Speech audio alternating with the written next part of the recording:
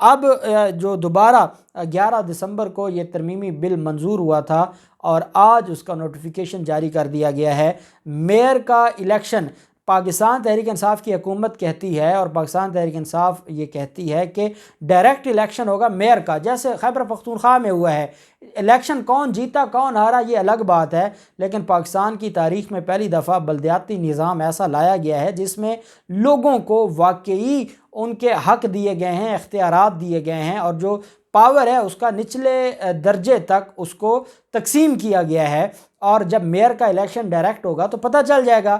یہاں یہ کہنا کہ میئر اور چیئرمین جو ہیں وہ شو آف ہینڈ کے ذریعے جو پہلے کونسلر منتخب ہوں گے انہی میں سے کوئی ایک میئر یا چیئرمین کا کینڈیڈیٹ ہوگا اور شو آف ہینڈ کے ذریعے یہ کریں گے، اس کی وجہ یہ ہے کہ یہ خوف زدہ ہیں۔ ان کو پتہ ہے کہ جو سندھ کے لوگ ہیں وہ ان سے تنگ آ چکے ہیں اور اندر کھاتے سندھ کے لوگ ان کو ووٹ نہیں دینے والے۔ یہ چاہتے ہیں کہ یہ اپنے خوف و جو ان کا ایک دھونس ہے اس کے ذریعے یہ دیکھیں گے کہ میئر کے ہمارے الیکشن میں اور میئر کی سیٹ پر کس کس نے ووٹ کیا ہے، اور جو ووٹ نہیں کرے گا پھر ان کو یہ انتقام کا نشانہ بنائیں گے۔ اور یہی وجہ ہے کہ یہ اس خوف کی وجہ سے میئر کا الیکشن ڈائریکٹ نہیں کروانے والے، اور انہوں نے یہ جو کالا قانون ہے پاکستان تحریک انصاف کے بقول اس کو آج نافذ العمل کر دیا۔ اور اب اس کے بعد اپوزیشن کا کیا رد عمل ہوتا ہے، وہ کیا کرتے ہیں، اس کی تفصیل جو بھی ہوگی وہ آپ کے ساتھ شیئر کریں گے۔ خیبر پختونخوا میں بلدیاتی الیکشنز کے حوالے سے الیکشن کمیشن کو نون لیگ نے ایک درخواست دی تھی کہ جو دوسرا مرحلہ ہے اس کا شیڈول روک دیا جائے۔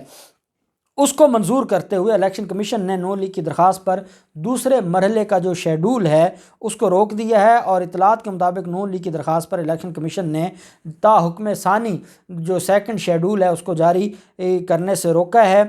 یہ درخواست نون لیگ نے اپنے اتحادی جماعتوں کو اعتماد میں لے کر دی تھی اور ان کو بھی الیکشن کمیشن میں یہی موقف اپنانے کا مشورہ دیا گیا تھا۔ خیبر پختونخوا بلدیاتی انتخابات کا دوسرا مرحلہ تاخیر سے شروع ہونے کا امکان ہے۔ موسم کی صورتحال کے باعث یہ درخواست دی گئی تھی۔ بلدیاتی انتخابات مارچ یا اپریل میں کرانے پر مشاورت الیکشن کمیشن نے شروع کر دی ہے۔ الیکشن حکام کے مطابق جنوری اور فروری میں بیشتر اضلاع میں شدید برف باری کا امکان ہے، اس وجہ سے وہاں پر الیکشن نہیں ہو سکتا۔ مارچ یا اپریل میں یہ ہوگا۔ مسلم لیگ نون نے یہ درخواست دی تھی، اور مسلم لیگ نون جو کہ 16 جنوری کو کرانے کا اعلان کیا تھا الیکشن کمیشن نے، اور الیکشن کمیشن پہلے بالکل بلائنڈ تھا اور وہ یہ سمجھتا تھا کہ نہیں جلد از جلد خیبر پختونخوا میں الیکشن ہونے چاہیے، اور خیبر پختونخوا حکومت کو دھمکیاں بھی لگائی جاتی تھیں۔ لیکن اب مسلم لیگ نون کی درخواست پر، کیونکہ نون لیگ نے اپنی اوقات دیکھ لی ہے، اور دوسری طرف جو پاکستان تحریک انصاف کی تیاریاں ہیں، نئے کھلاڑی میدان میں اتارے گئے ہیں، اس سے بھی خوف زدہ ہیں، اور پتہ ہے کہ پہلے تو پی ٹی آئی آپس میں لڑی اور جمعیت علماء اسلام فے کو ووٹ مل گئے اور ان کے کینڈیڈیٹ جیت گئے۔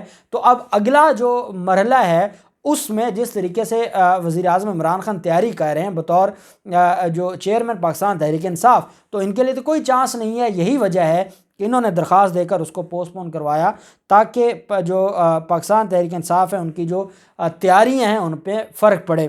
دوسری طرف برطانیہ میں 6 crore pound mortgage fraud case کے ملزمان کی جو پاکستان میں جائیدادیں تھیں اربوں روپے کی مزید جائیدادیں، ان کو منجمد کرنے کا جو نیب کی درخواست تھی اس کو منظور کر لیا احتساب عدالت نے۔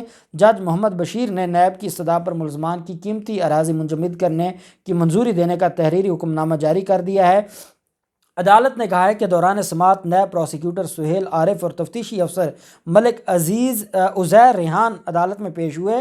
نیب کی جانب سے عدالت کو بتایا گیا کہ ملزم نثار افضل اربوں روپے کے اثاثے بنانے کا کوئی ثبوت فراہم نہیں کر سکا۔ ملزمان کی راولپنڈی، گجرخان اور ٹیکسلا میں 9000 کنال اراضی منجمد کی گئی ہے۔ یہ اراضی ملزم نثار افضل، ان کے اہل خانہ اور بے نامی داروں کے نام پر تھی۔ ملزمان کے خلاف انسداد بدعنوانی آرڈیننس اور اینٹی منی لانڈرنگ ایکٹ کے تحت کارروائی کی گئی۔ نیب کے مطابق ملزمان نے اسلام آباد کے پوش علاقے ایف سیکٹر میں 11 بنگلے تھے، وہ پہلے ہی منجمد ہیں، اور اسلام آباد کے علاقہ میں جو مختلف علاقوں میں اسلام آباد کے 650 کنال اراضی تھی وہ بھی منجمد ہے۔ ملزمان کی اٹک، فتح جنگ اور رنگ روڈ کے اطراف 10,000 کنال اراضی بھی منجمد ہے، جبکہ نیب پہلے ہی نثار افضل اور صغیر افضل کی 50 ارب روپے کی جائیدادیں منجمد کر چکا ہے اور اب اربوں روپے کی مزید جائیدادیں منجمد کرنے کی منظوری دے دی ہے نیب عدالت اسلام آباد نے، جج محمد بشیر نے، اور یہ بڑی کامیابی ہے نیب کی۔ جبکہ ایف بی آر کی جو کارروائیاں ہیں وہ بھی جاری ہیں، اور ایف بی آر نے اپنے افسران کے خلاف بڑی کارروائی کی ہے۔ جو ان لینڈ ریونیو سروس کے 4 اعلیٰ ترین افسران کے خلاف کروڑوں روپے کے جعلی ٹیکس ریفنڈز اسکینڈل میں ملوث ہونے کا انکشاف ہوا۔ وفاقی ٹیکس محتسب کے جاری اعلامیہ کے مطابق وفاقی ٹیکس محتسب کے سو موٹو نوٹس کے ذریعے تحقیقات کے مطابق ایف بی آر کے ان لینڈ ریونیو کے گریڈ 21 کے 4 افسر اور chief commissioner corporate tax office Lahore Chaudhry Muhammad Tariq, جو اس وقت ایڈیشنل کمشنر آئی آر تعینات تھے، گریڈ 21 کے ممبر بے نامی ایڈجوکیٹنگ اتھارٹی سید نعیم حسین رضوی، جو اس وقت chief commissioner C R T Lahore تعینات تھے، اور اس وقت کے commissioner C R T O Lahore grade 21 کے افسر ڈاکٹر سرمد قریشی، اور اس وقت کے deputy commissioner I R Ashfaq Ahmad, چاروں افسران مجموعی طور پر 12 کروڑ 33 لاکھ 64 ہزار روپے کے جعلی ٹیکس ریفنڈز میں ملوث پائے گئے۔ تحقیقات کے مطابق messrs China national electric wire and cable import and export corporation, جو ایسوسی ایشن آف پرسنز کے طور پر رجسٹرڈ کمپنی ہے، جس نے 2012 میں 2 کروڑ 61 لاکھ 19 ہزار روپے کے انکم ٹیکس ریفنڈ کا کیس دائر کیا۔ نان ریزیڈنٹ کمپنی ہونے کے ناطے 2012 کے لیے انکم ٹیکس ریفنڈ کا کلیمز ناقابل قبول ہونا چاہیے تھا۔ پوسٹ آڈٹ رپورٹ سے معلوم ہوا ہے کہ مذکورہ کمپنی نے 2007، 2008، 2009 اور 2011 میں ٹیکس ریفنڈز کلیمز دائر کیے، جو بالترتیب 2 کروڑ 67 لاکھ 78 ہزار، 2 کروڑ 52 لاکھ 64 ہزار، 7 کروڑ 11 لاکھ 51 ہزار اور 1 لاکھ 70 ہزار روپے تھے۔ وفاقی ٹیکس محتسب نے ان افسران کو فوری طور پر موجودہ عہدوں سے ہٹانے اور ان کے خلاف فوجداری اور تادیبی کارروائی کرنے کی ایف بی آر کو ہدایت کر دی ہے۔ 4 افسران ہیں، چاروں 21ویں گریڈ کے افسران ہیں ایف بی آر کے، جو ٹیکس چوری میں اور کرپشن میں اور پیسے لے کر جو غلط ڈیٹا ہے اس کو جو تیار کرنے میں ملوث پائے گئے ہیں، جن کے خلاف یہ کارروائی شروع کر دی ہے اور ان کو عہدوں سے ہٹا دیا گیا ہے۔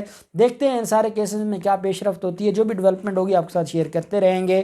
اللہ پاک پاکستان کا حامی و ناصر ہو۔ بہت شکریہ۔ اللہ حافظ۔ پاکستان زندہ باد۔